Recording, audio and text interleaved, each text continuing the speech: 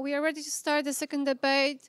Just like before, we have prepared a question you can answer, and then we will see the results at the end. So the question this time is, how long do you think the pre-seed initiative will survive as a meaningful format, meaning a format that actually contributes something, because there are a lot of formats out there, and many people already forgotten that they exist. So here is you can cast your vote, and we'll review the results at the end.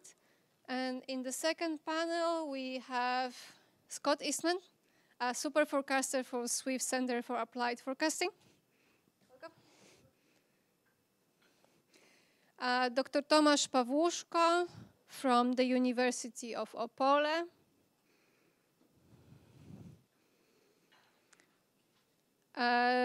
Professor Marta Gębska from the War Studies University.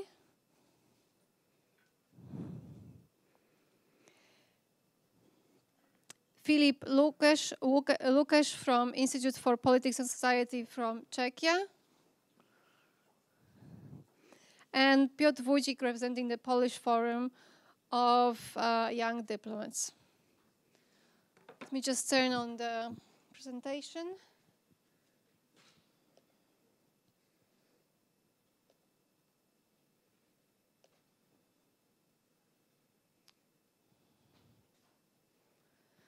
All right, so in this panel, the format will be a bit different. Everyone will answer their own questions. We plan for 3 rounds, but if time is short, we'll just focus on the first 2. So maybe first, I will give you some few seconds to introduce yourself, starting with you, Scott.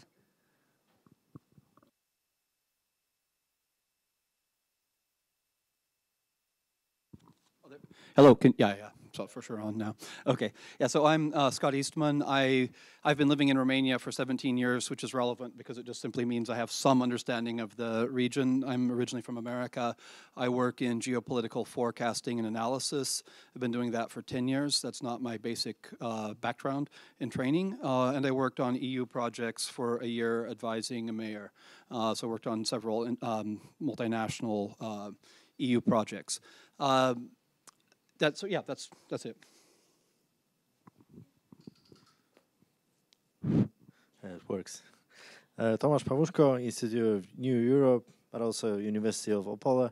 Previously, taught at the Military University of Land Forces, and think tank analyst and international cooperative studies. That's my hobby, and that's my job also. So currently, I focus, among others, also on 3Cs initiative. As you could see before, we did this report. So today, in this role, thank you. Hello, everybody. My name is Marta Gębska. I am professor at War Studies University in Warsaw. Since the end of 2018, I was the head of research grant, which was financed by Ministry of Defense.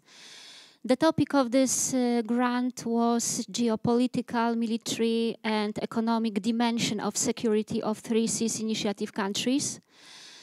We wrote many scientific articles and 2 books, including my book. I recommend it to everybody who is interested in economic dimension of security of 3Cs initiative and its countries. And there is also a forecast done there about the initiative and the economic security of this area. So I was invited to participate in the report. So thank you very much for it. So good afternoon, everyone. My name is Filip Lukeš. Thank you so much for having me today. And I would like to say that I am here to represent the Institute for Politics and Society and also the perspective and view of the Czech Republic. I'm a master's student where I focus mainly on geopolitics and also the security studies. But thanks to my work at the Institute, I also focus on the European issues and European topics. So I'm really excited about the debate today. Hello everyone, my name is Piotr Wójcik. I'm the member of Forum of Young Diplomats, the Polish association, which prepare us to be future diplomats. I'm also a graduate from Warsaw University at the International Faculty, International Relations Faculty. I'm also cooperating with other various non-governmental organizations, apart from Forum of Young Diplomats, also with Institute of New Europe and other ones, and also some organizations like Institute of Central Europe and Polish Academy of Sciences. And my interests are mainly concentrated on Central Europe, particularly Free Seas Initiative. Thank you very much. All right, so let's start with the questions. The first question will be to Tomasz. You mentioned during the presentation of the report that there are other formats in the region that we can learn from. So based on this, like on the historical concepts, historical experience in our region, like what can we learn for the future of the initiative? Well, a story of integration of the region in the past is a history of risks and failures, because we didn't manage in the past to do a lot in this thing. Most of the integrative initiatives failed because of the opposite interests of any side of relation. So we couldn't manage creative bilateral relations in the past, and now it's possible. So I think that we should take, we should learn from the mistakes from the past rather than from its successes. When I was doing interviews, I realized that there are two contradictory visions, and they are both rooted in the past. So the first is you need more politics in Free Seas Initiative, because politics is about governing, and governing is about managing institutions. So you need more institutions, then you will have more control, and then you have some outcomes, some development, institutional development, you can measure that.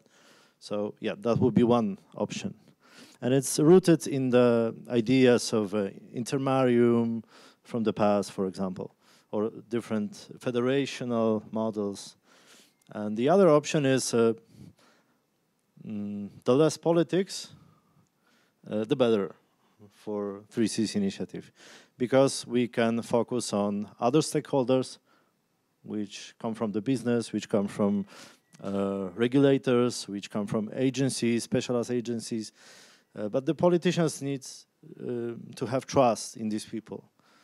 So it's if we have some kind of I would say multi-level governance of such huge initiative, possibly like Three Seas, we need to group different stakeholders, because it didn't happen in the past. It could be done, but has never been done. Different groups of people, institutions with common interests, and then bridge them together. And this is what I was hearing during most of the interviews, that the mistake from the past was like politicians talking only, and politicians are about voting, and voting is about conflict. So every change in any member state of the Free Seas means the change of the whole format. Look at now, we had elections in Poland, so there will be a new government. Will the Free Seas Initiative be going out? Are we be maintaining this format? We don't know, in fact. Why? Because there are different people, for example. So I'm not talking about ideologies, not talking about the personalities, but just the state of affairs, the line of government, the definition of state interests. So I'm worried about that because it often happened in the past that there was a change of government and then quite opposite story, quite opposite line. And there are always some good things done by the previous governments. And we tend to forget it because we don't have these institutional framework, like the institutional maybe programming of all these issues. So I really hope that we'll be able to maintain at least the V4 format, maybe V4 plus. So the 3Cs is somehow similar to the V4 format, but it's bigger, it's broader, so it gives us a chance that semi-institutionalized format may survive. So that will be it. Thank you. So now for a question for Marta. So this has been a kind of already discussed during the first debate, but now looking at the history of the initiative, what are the successes so far? What can we be proud of already? I was thinking very long time about successes because I am a scientist and I usually try to see both sides, successes and failures. So I will try to tell some successes. First of all, I think that the biggest success is that attention has been paid to the specifics of our region. I think that previous years we were forgotten by ourselves. We didn't care about our region enough. And now when we know and we see in indicators that we have a big potential and bigger growth than in other regions, I think it's the big success which we should use for our future. The next success is the common understanding of threats in our region. Of course, there are some exceptions as Hungary, but generally we know who are our friends and evils. The next success, in my opinion, is cooperation between regions, local governments, NGOs, think tanks, regional elites. I think that bottom-up initiatives are emerging in our regions. And although those initiatives don't come from 3Cs initiative, but they are bottom-up, and I think it's a big success, except official good things that happen with this initiative. And in May 2023, Universities Network was created, and I think it's very promising. We will see what kind of cooperation will happen regarding to this initiative network, but I think that there is a hope that scientists will cooperate instead of some quarrels between politicians. Thank you. Thank you. So now over to Philip. So basically, the successes of the initiative, they are based on what the region currently represents. So what trends and patterns do you see in the current development of the 3Cs region, and how it aligns or diverges from the patterns and trends in the rest of Europe?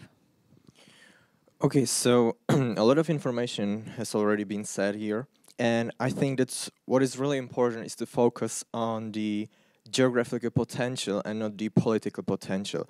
Because, as my colleagues already mentioned here, the no institutional base is a big problem, and it's a big limit for the whole Three Seas.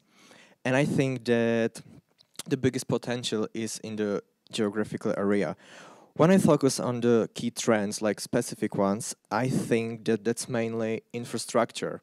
And when I mean infrastructure, I mean the physical connectivity and also the energy infrastructure. What comes from this? The trend is to connect the Eastern European region with the rest of Europe. The implications are pretty clear. This can bring more tourism and also the climate impact reduction. I think that also the pattern is that all the countries are aware that all the action must be coordinated and that it must be done by more countries, because then it increases the pressure and also the implementation of various projects can be more successful. When I focus on the political aspect of the Three Seas, we can see that the political spectrum is really diverse. So I think we shouldn't lead that way, and it's not the pattern, and we can currently see it. So when it comes to the infrastructure and physical connectivity, we can see the concrete projects like Via Carpathia, Via Baltica, and also the railway building, for example. It's something really important if we want to basically level out the connectivity and the transport and logistics with the rest of Europe, particularly the western part. And for example, the second example that I've got here, it's energy infrastructure. I think this is the biggest pattern that we can see right now, and it all stems from the invasion of Ukraine. And all the countries are aware that there is a high risk to be dependent on one source of energy. And I think there is a common agreement among all the 13 members currently that there must be some implementation and growing interest in diversification and security when it comes to energy. And I think this is the pattern and trend that's being successfully implemented, and we can see that more and more projects are being created to support the diversification and to secure Eastern European countries not to be dependent on Russia's gas and oil. And lastly, I think that really correlates with basically the pillars of the Three Seas, which is the transport, infrastructure, energy, and digital as well. So I think when it comes to digital, the pattern is to modernize it, to use technology, to use innovation and research to level out what we can see in the Western Europe and what we can see on the European level in general. So basically not to be left behind. Thank you. So, Scott, Philip discussed the current trends and patterns. Yes. What are the future trends and patterns, and what are the trends and patterns that can impact the future development of the region and the Three Seas Initiative? You're a super forecaster. For those who may not know, super forecasters are the people who are, on average, much better than a regular person to predict what's going to happen. So, as a super forecaster, what do you think could impact the future development of the Three Seas Initiative? First of all, even though I may be much better, I don't have a crystal ball, so that's unfortunate.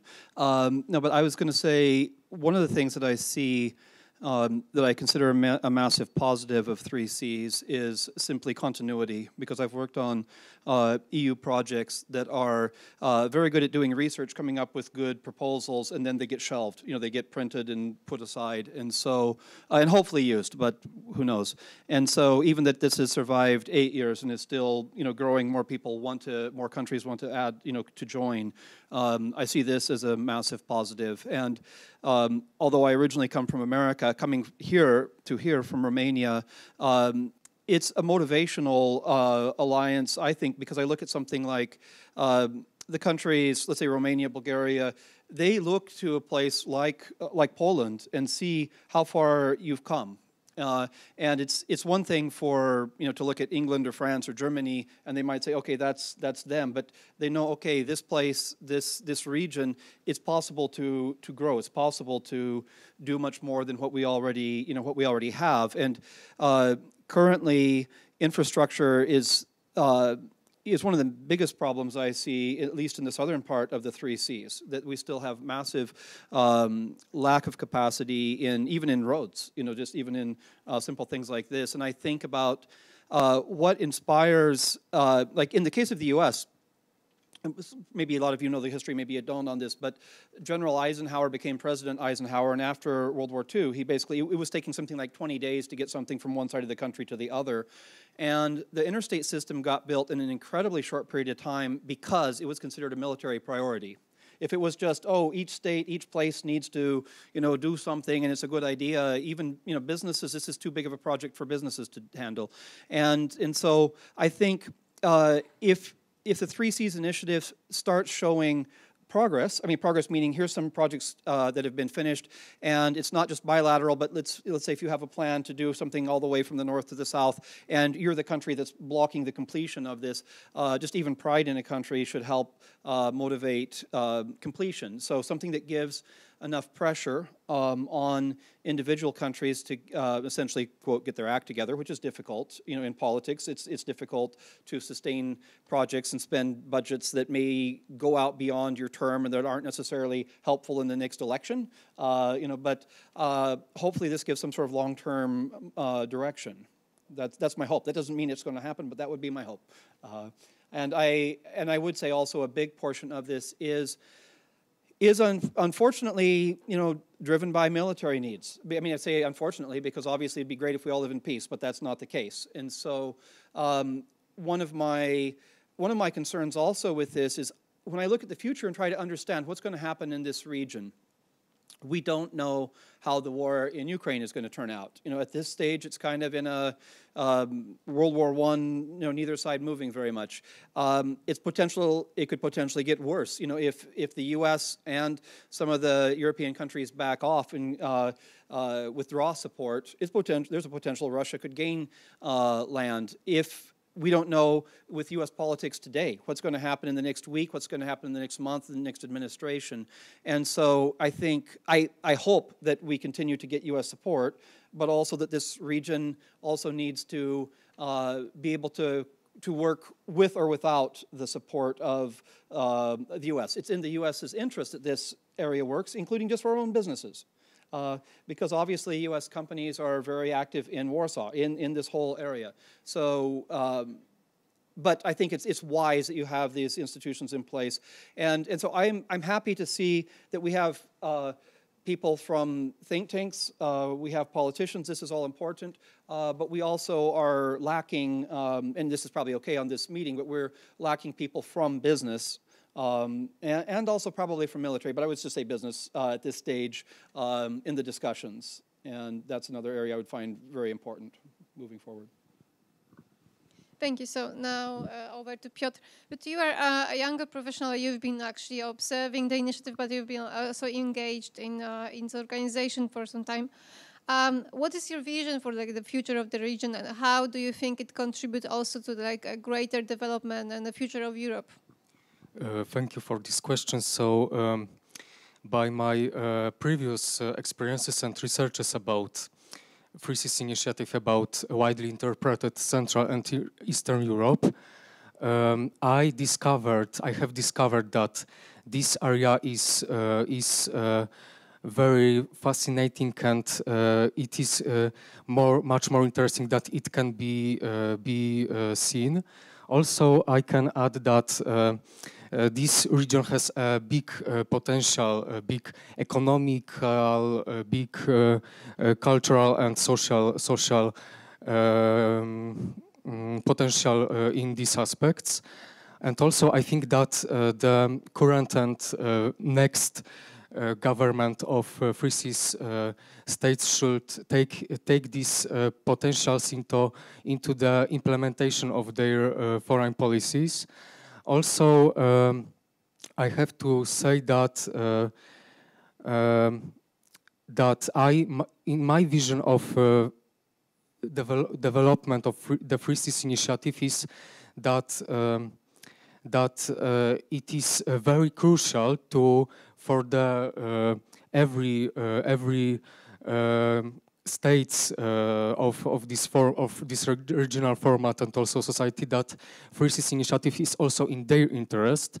Also, the previous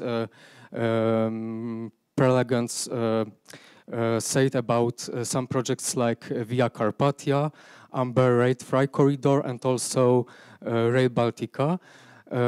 It seems to me that sometimes there is the specific, how to say, some specific projects of the Free Seas Initiative often underlined, but I think that also we have to emphasize other projects which also contribute to our joint efforts, our joint profits. For example, also Rail Baltica, which is proposed by Romania.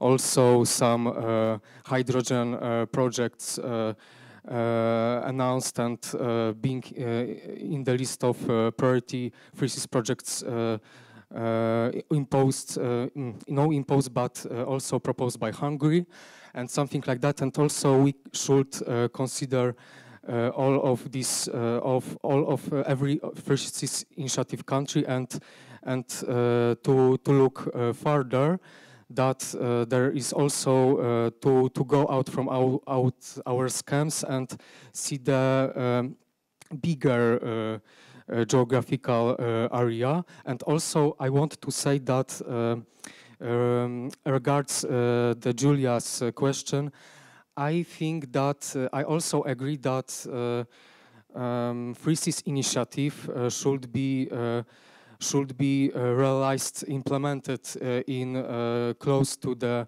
European policies, for example, like transportation and energy one. Also, what I want to say that and also to be connected with some global initiatives like Global Gateway Strategy, and also a partnership for infrastructure and investment, PGII. Also, which was said by previous prelegants, I can also add the partnership of energy, of climate and energy. Partnership for Transatlantic Climate and Energy Cooperation, PTCAAC, which is the forum of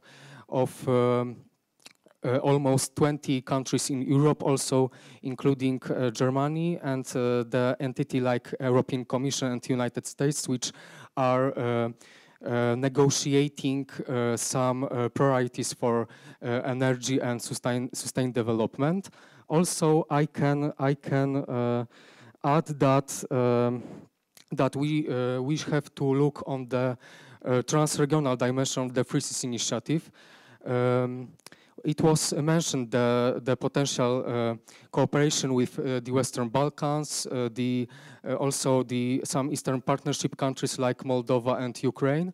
Also, we should take into the consideration the joining Greece to the Free Seas Initiative this year during the Free Seas Summit in Bucharest, because when it comes to the over-regional dimension, Free Seas Initiative, due to join of Greece, Free Seas Initiative get new neighbor areas like some Mediterranean countries, and also I think that it should be more considered in shaping the future actions of the Free Seas Initiative in this context. And also it is important to look on the not only inside but also outside. For example, it is, maybe it's not the accident, but it was I noticed that it was the Free Seas Initiative summit at the beginning of September this year, and in short time it was also the probably G20 meeting, and also BRICS group meeting. And we should also see that, for example, BRICS group will be extended for 6 significant countries.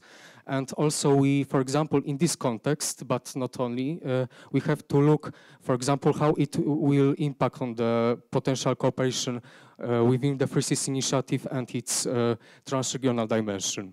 Thank you. Thank you. So now back to Tomasz. So we've been discussing here a bit farther away in the future, like the long-term vision. But in a couple of years, like for the Free Cities Initiative, what are the key milestones or goals that it should achieve? What are the things that it should achieve, or maybe what are the anticipated milestones that we know should happen? That's a difficult question. Well, it's been 10 years when our colleagues from the Atlantic Council published their Completing Europe report, probably you heard of, 2014. And that was the first outline of the broader cooperation in this part of Europe in these dimensions. So energy, transportation, logistics, critical infrastructure. And now we are a little later, like almost 10 years later, and looking for milestones. I think that we should focus on the basic investments, if we talk about investment. But what kind of investments? Scott mentioned military dimension, the critical infrastructure. Imagine helping Ukraine without this. So that's one point about railways, about air bases, about transportation lines. All the military logistics goes this way. So that's one dimension. The other one is the energy. Philip mentioned that if we are not efficient in this matter, we are losing competitiveness. So there will be no connectivity right? So if, because we are still peripheral countries in many affairs, right? So we are dependent financially, we are dependent technologically, and there is a big chance at the other continent, because we have some kind of decoupling, sometimes called, of the US and China rivalry, and it means that many foreign direct investments will come here, so we need the efficient energy and the critical infrastructure as well, because we are losing our historical chance. So I think that the basis would be the network of railroads and the motorways. As Scott said, is so slow at the moment. But I really managed to cross Romania. It took some time, but the motorway from Hungary to Sibiu is quite nice. Yeah, it works. So, but then I crossed the Carpathian Mountains, and we had a tunnel in Zakopane. Probably you used it. 2 kilometers we were building like 5 years. 2 kilometers. So Romanians have to build 27 kilometers of tunnel, so 13 tunnels like ours, and it will take decades. So it's really hard to imagine milestones in such a situation, but I believe that we need to focus on these basic infrastructural projects, and the rest of soft power projects, networking projects, are the second step, but they will also be useful when communicating this initiative to the public. Thank you. And so Marta, Tomasz mentioned some milestones. There were some other visions mentioned as well, but those visions may not realize because there are already risks existing for the Free Cities Initiative and in the region. What do you think the biggest risks are right now? Like what should we be aware of? Because if you are aware of it, you can start preparing, right? Yes, of course. A few minutes ago, I was talking about successes, and there wasn't many, in my opinion. And I think that risks and barriers, we have much more. unfortunately. And first risk for 3Cs initiative is a financial barrier within countries, which is still mainly the result of pandemic, but an economic downturn started even earlier. We can see that in a very slow process of implementation priority projects. Only 5 projects were implemented so far, and of course we can say that it's a success. But according to my research, expectations in this area was much bigger. So I think that financial problem may slow down cooperation in this format.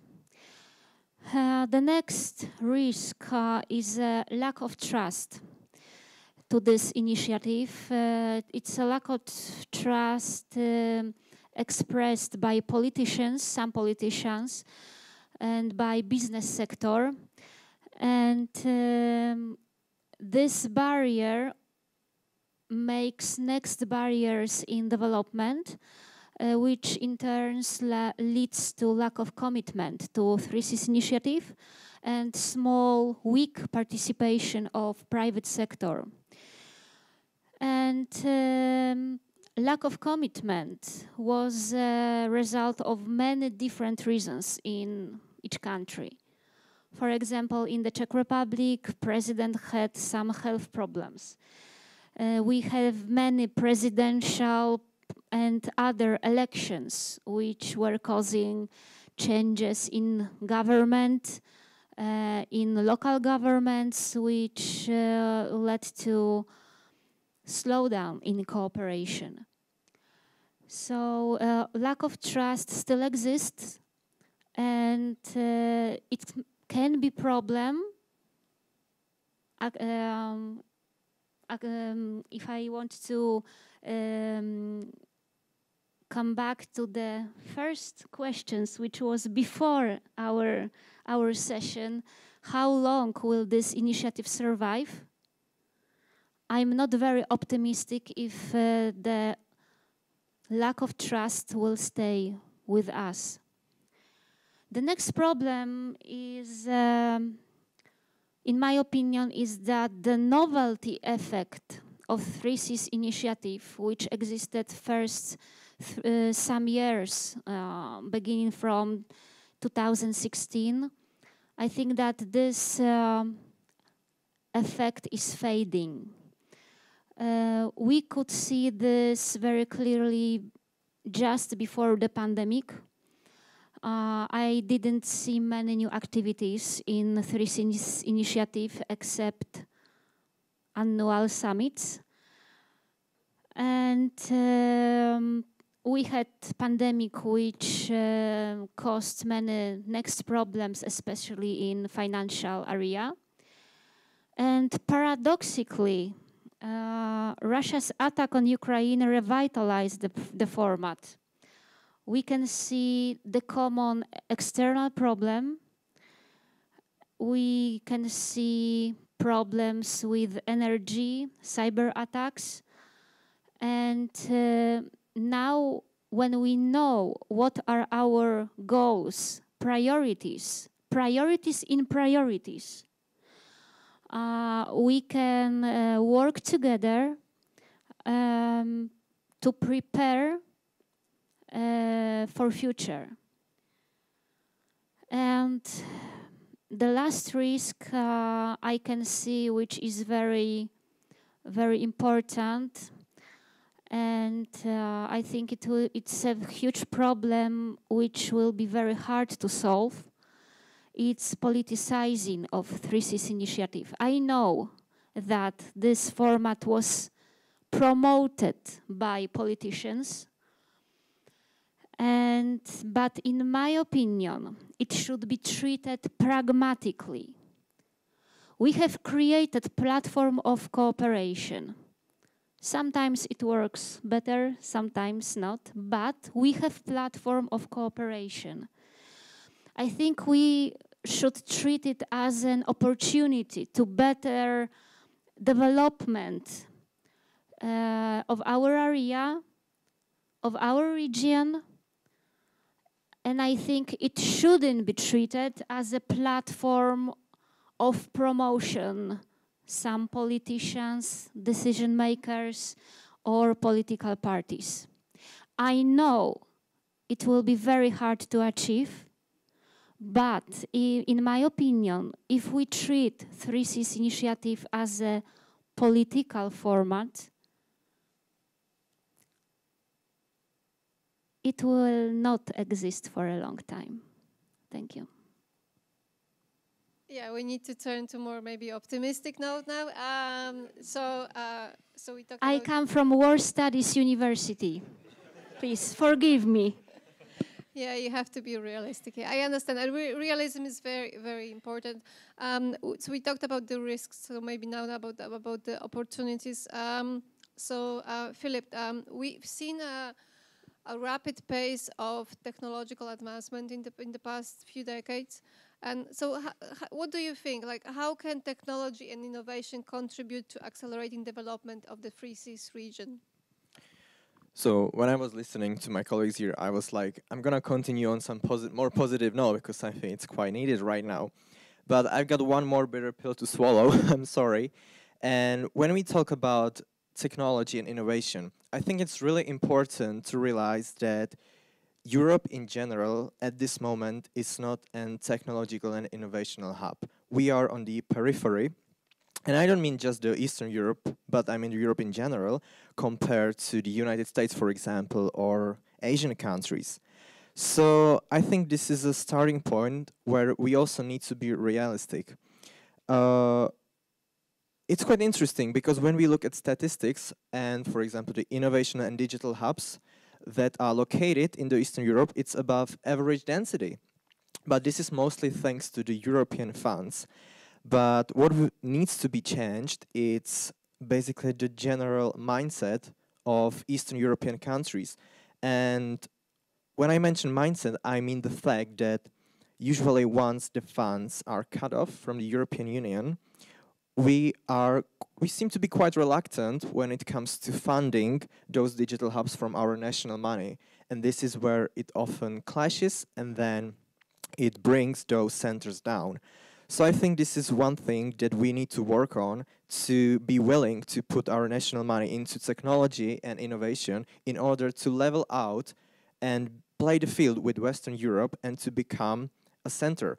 It's one of the main pillars of the 3Cs, actually. We want to be an innovational and technological, like the spearhead.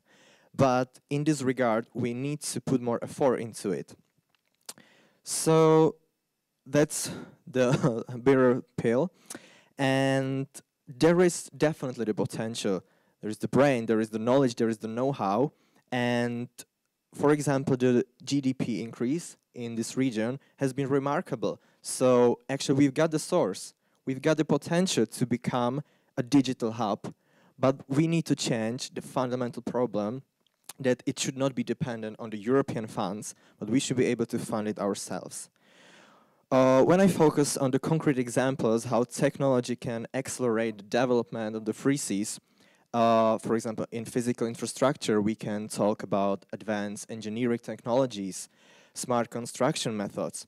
But I think even bigger impact, it can be visible in energy infrastructure. Definitely, it's the solar and wind energy and other clean energy sources and technologies that can contribute, firstly, to become less dependent on one source of energy, to diverse energy, and also to increase sustainability and reduce the climate impact.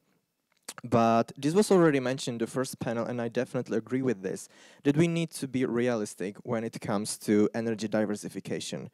It's really optimistic to only focus on solar and wind, but we are limited by our geography, and we need to take it into account that it's really hard to compare the Eastern European region geographically with the Western European region, because we don't have such sources, we don't have the geographic, and we are geographically limited when it comes to clean energy.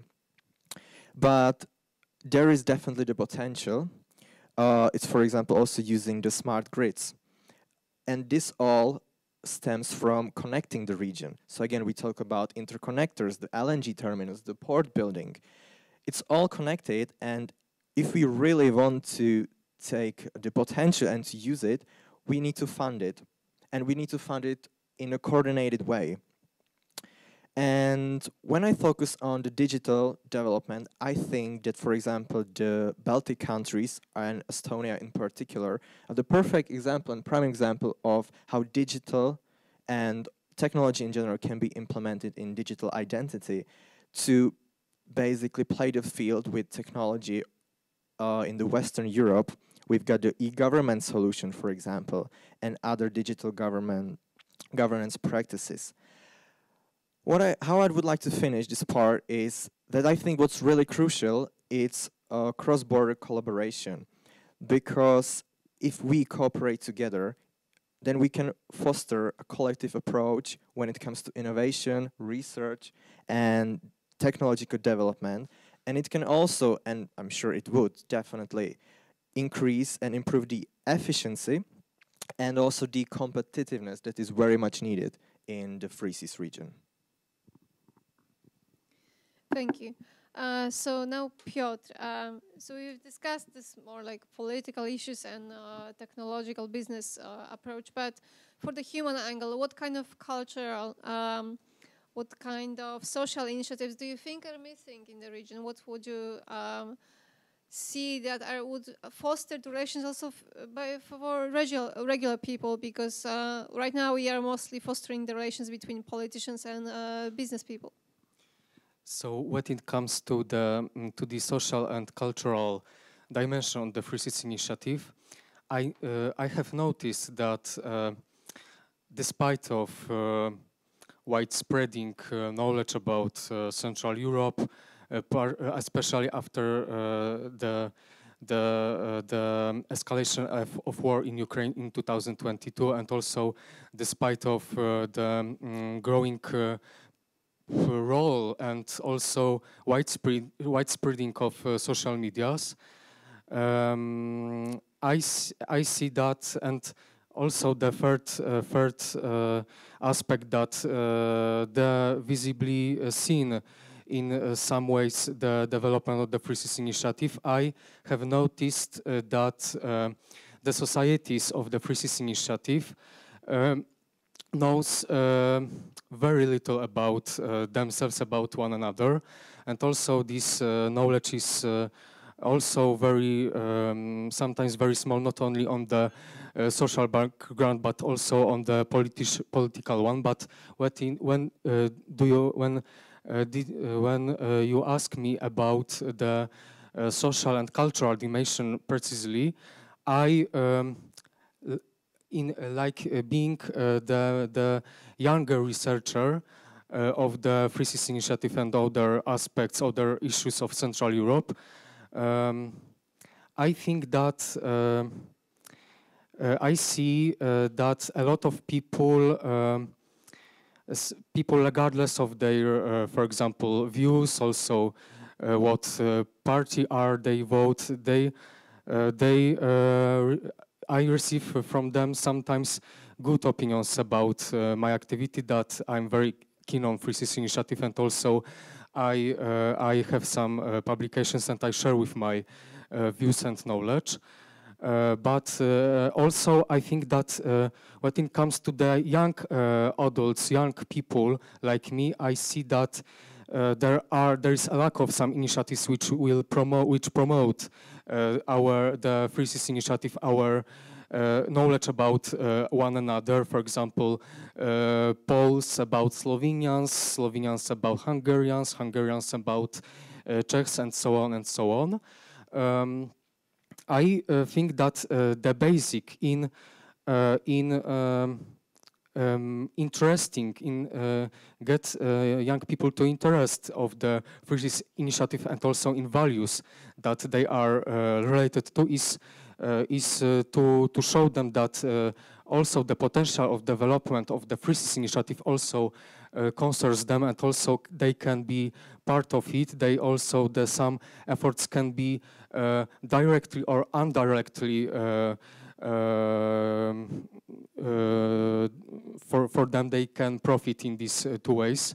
But also when I observe my young colleagues, also I see that regardless of some differences, there are more similarities, and also I saw them on the basing on my previous experiences when I participated, among others, in the Free Seas Leaders Academy in 2022, organized by the Congress 590. That we were a group of the young, almost group of 20-30 people from different countries, and also we have a lot of in common. We have we got to know in a lot of ways, a lot of parts, but and also we sometimes we touched some hard issues. But what I observed very clearly that we have more similarities than differences, and the similarities outbalance things which differ us. Also, I think that the one interesting and maybe efficient way of engaging the young people more in the Free Seas Initiative, in the widely interpreted Central and European cooperation, is to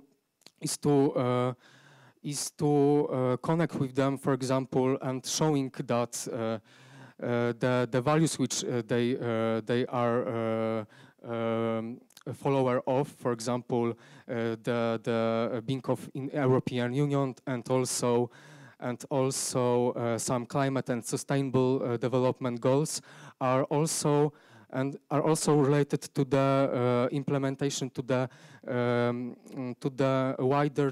faster implementation development of the Free Seas Initiative. For example, when we say about some precise projects of Free Seas Initiative, for example, we can show in a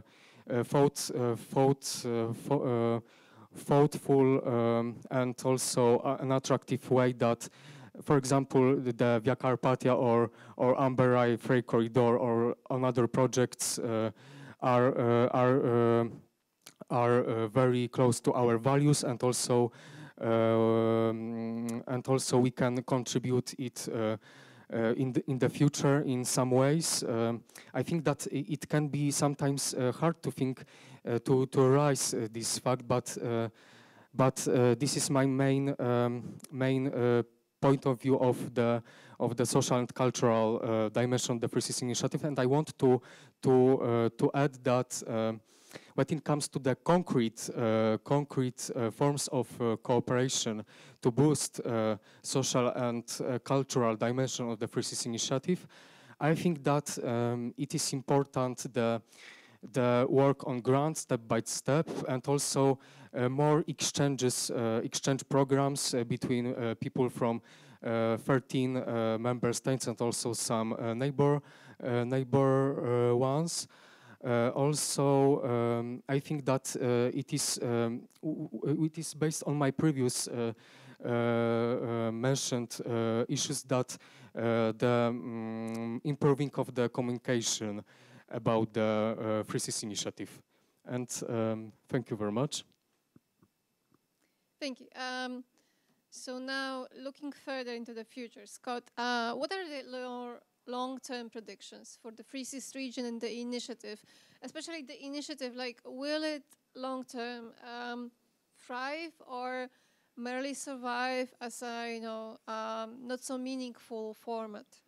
There's a couple of questions that I have to help determine this.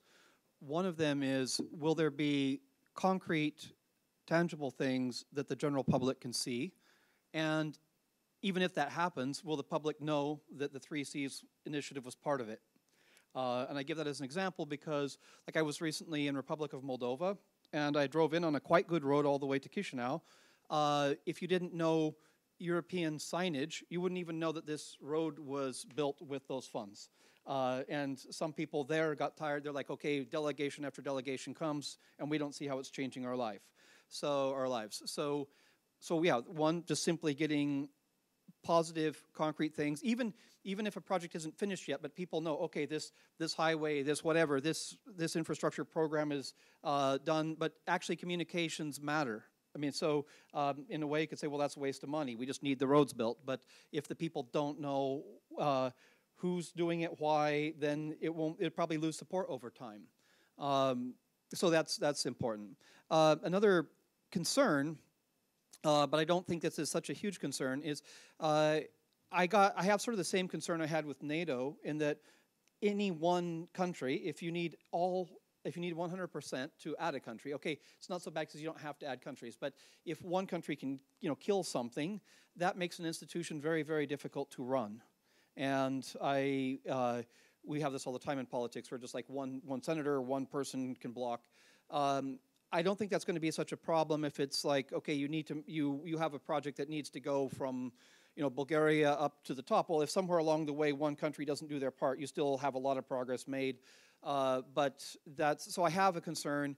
Can any one individual country that's going in a wrong way for whatever reason, how much will that be an impediment? So that's just a general concern. But I don't think that's, other than expanding the 3 Cs, I don't see that as a big problem. I also don't think that the 3 Cs should try to expand too much in terms of adding countries, because I think you can also dilute it. Like, it still needs to stay essentially through this region. And so Italy, maybe adding Italy is good, at least in an observer, or whatever associate status would make sense. But I can also see, obviously they're not part of the EU, and we realize they have to be in the EU to be full member, but the former Yugoslav countries, the Balkans, they are directly, in this region. I do think it makes sense eventually to have Ukraine and Moldova. Those do make sense for me. I understand why they can't be fully there now. But I would say beyond that, I wouldn't think of expanding it beyond. Make connections with, both directions. Obviously, like yesterday is great news. Greece and Turkey are actually talking. The leaders met. Like there are even things that seem like intractable problems are not always intractable. But limit it to this general zone, because it has to have a purpose of why it's different than the EU. That's not just a duplicate of the EU. I think that it will. I don't think it's going to die off in the next few years, because I think there's already enough energy behind it that I would be very surprised if it just completely went away. But I think in the next, I'm just making a rough guess, 4 or 5 years. Hopefully, in the next 4 or 5 years, there's some major accomplishments that you can look at that people can literally touch and say this is done. This is because of this organization or initiative. Yeah, thank you. I'm actually thinking maybe we should switch to the poll now, because we don't really have the time for the third round of the questions, and I also would like to give the audience the opportunity to ask. But let's switch and let's see the poll results first. Let me just finish this.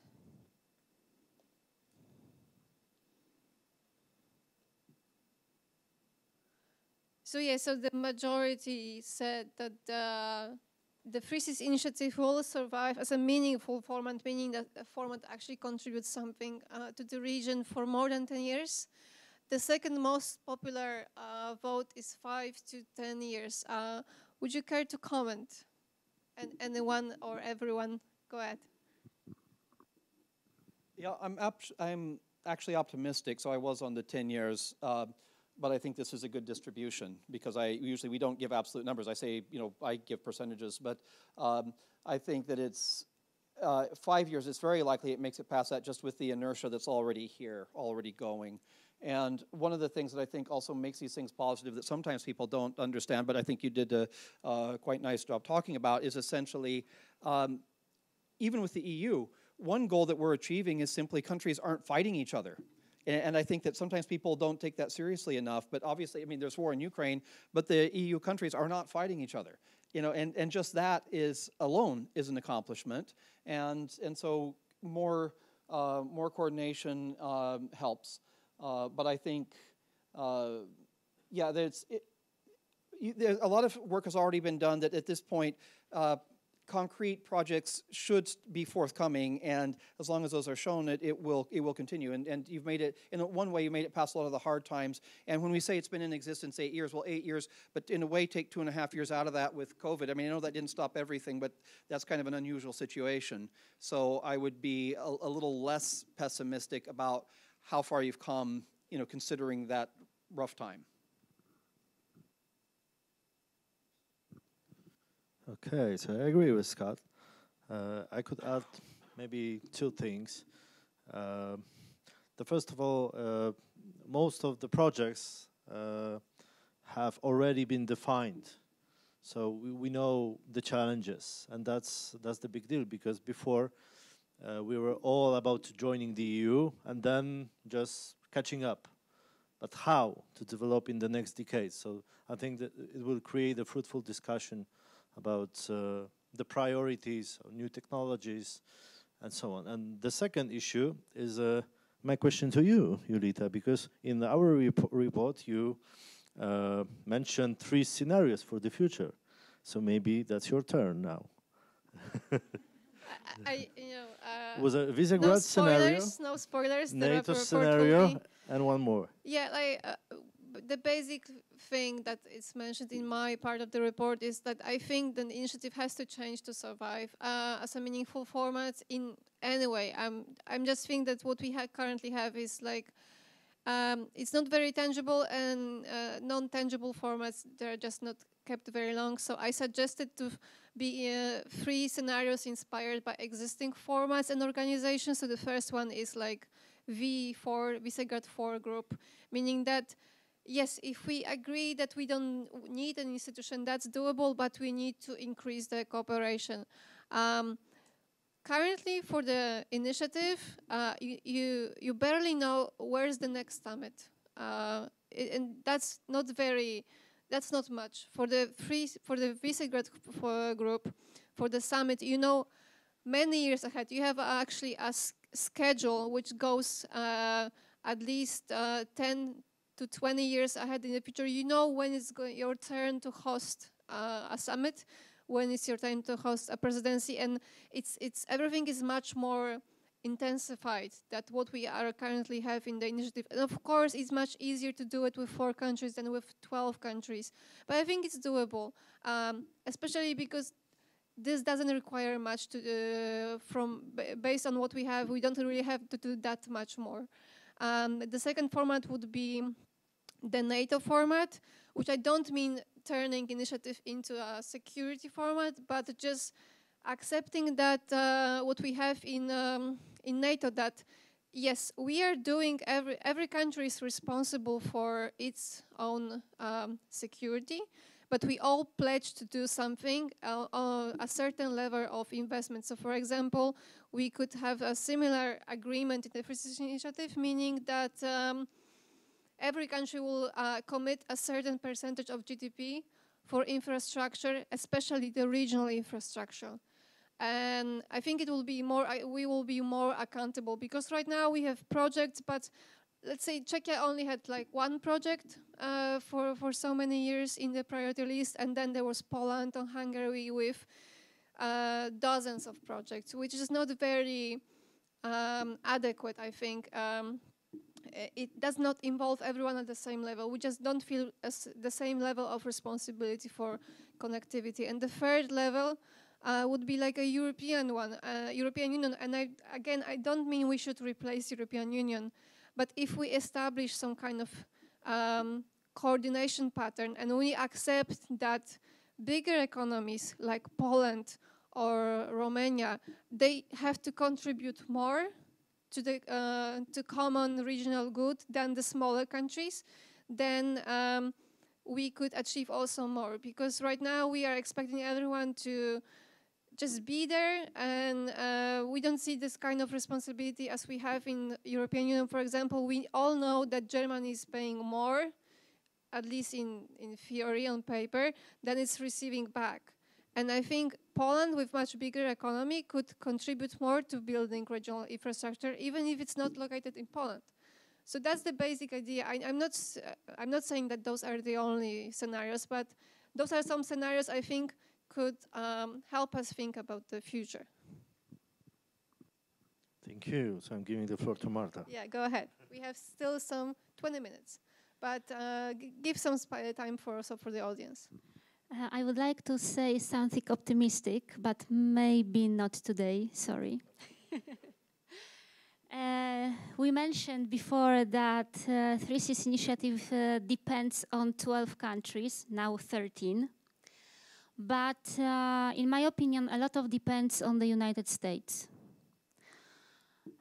In fact, this initiative was created by Americans. And European politicians just copied what Americans created. Americans promised to give to Three Seas initiative a lot of money, but nobody saw them. We know that Americans are engaged in the conflict between Russia and Ukraine, in the next conflict in the Middle East, in the next conflict which is growing in South America, the problem of Guyana.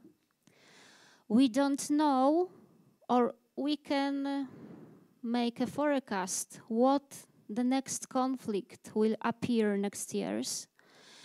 And I don't know how long we will keep Americans' interest in our region. It's not only about money, which is very, very important, but it's very important where Americans will see their point of view and their main point of interest. They are not able to help each country, each region, each initiative. So I think we should ask the next president of the United States.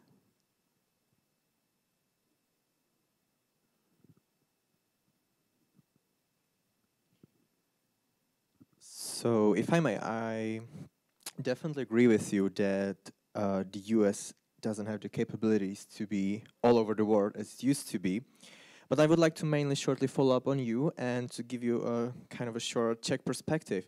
Because based on my also the research, when the Three Seas was initiated, the Czech Republic was rather skeptical about it, perceiving it as kind of a platform that Poland wants to use to dominate the region. And I think it also reflected that we were part only of one project.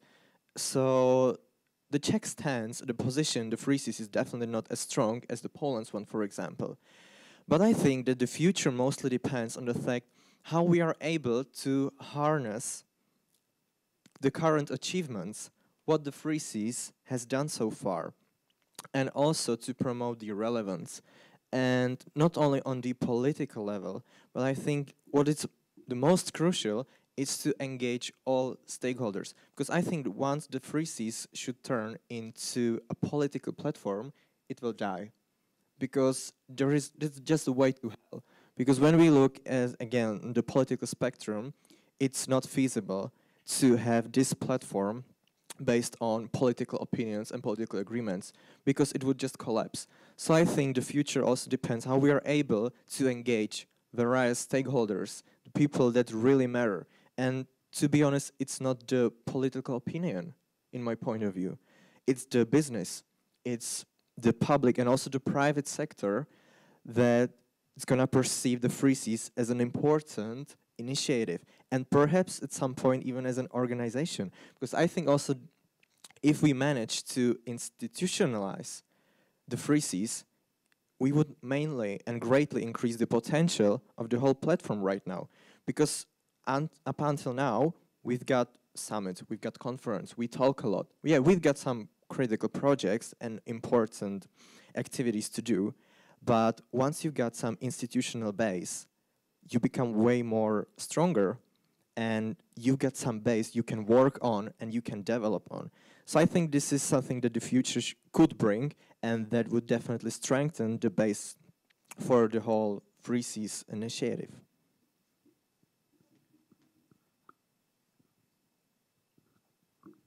So I'm just looking up on the question, I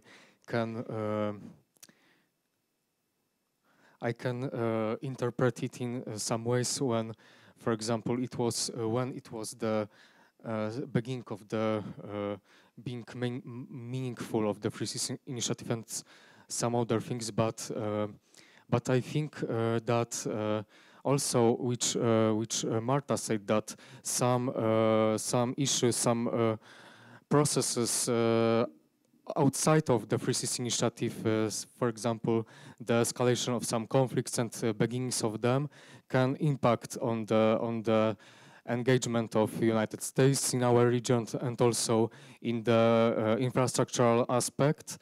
Also, there can be it is not excluded that there can be also some internal processes within the Free System Initiative which can potentially boost cooperation. And also, when I just thinking about this question, it's hard to give me the direct answer because because we see year by year, but that our international environment is more and more rapidly changing, and also. What I want to say that I can predict, I can't write a scenario for the future, but regardless of some factors, for example, political or economical ones, I think that the previous achievements and also work done by a lot of people from different sectors will not be wasted, and also the problematic of the cooperation of the Free System Initiative countries will be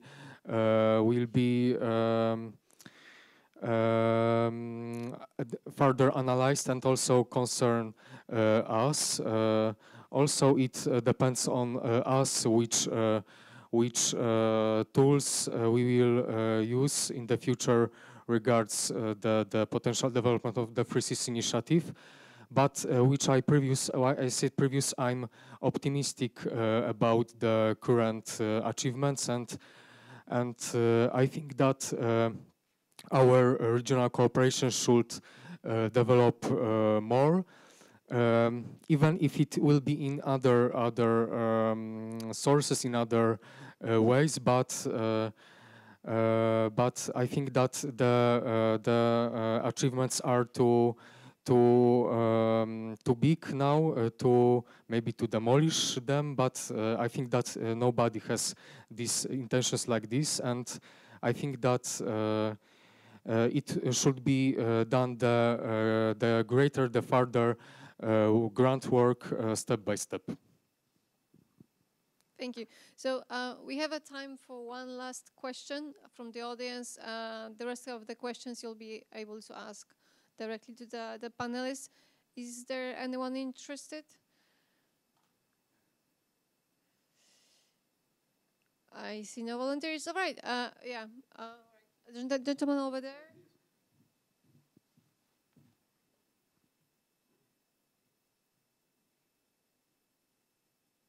If you could just briefly introduce yourself and then ask the question. You can say who you address the question to, or you just generally address it.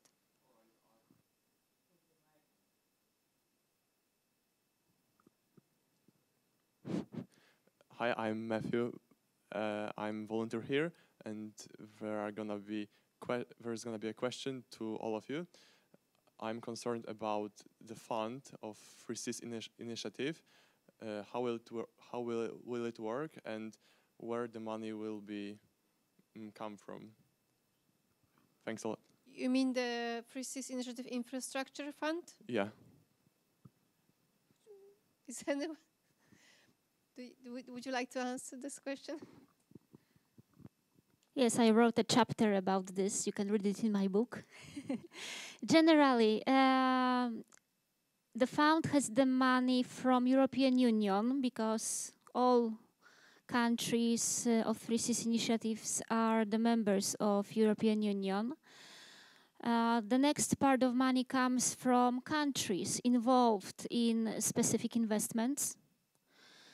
And the next part are money from private investors who are interested in specific investments. For example, when the road is built, we have joint money from European Union country and private sector who wants to earn money on future business on this road. And last year's the fund was looking for money in other partner countries, especially in Asia. There was some conversation with Japan and South Korea, but they are not involved so far. And the biggest investor in the Three Seas Initiative Fund is Poland. Poland granted 750 million euro to the fund. Other countries, not all, gave 20 million euro. So it's the difference between 20 and 750. So Poland stays the biggest investor in the fund. There are still some countries which are not involved in the fund at all. It's Austria, it's Czech Republic, I think. And generally now the fund has less than $1 billion. So it's not so much when we consider that we had about 100 priority projects. So that's why last year's the fund was looking for private investors who has money, but they don't have enough trust to the fund and to this initiative. So I think it's a big challenge for next year's to this fund and Three Seas initiative. Anyone else? I could add something because there are some financial needs in the region, and it's more than 600 billion dollars of euros, similar. So that is a lot, and it means that the main investors will be states of the region. That was also the statement I watched. I was listening to during the interviews preparing this report, because some investors and people from the banks or private companies say, why should we invest in your Three Seas investment funds? Where are your entrepreneurs? Where are your companies? So you should be the first to do that. So where are you? And that's really a problem with trust you mentioned, because there are some objective needs in the region, because the goal of the region is to overcome peripherality. And this peripherality is like 200-300 years. So it will take some time. And today we don't have such money, but for me it means that we have to be prepared for a long-term strategy, not only for Three Seas Investment Fund, but for all kind of funding,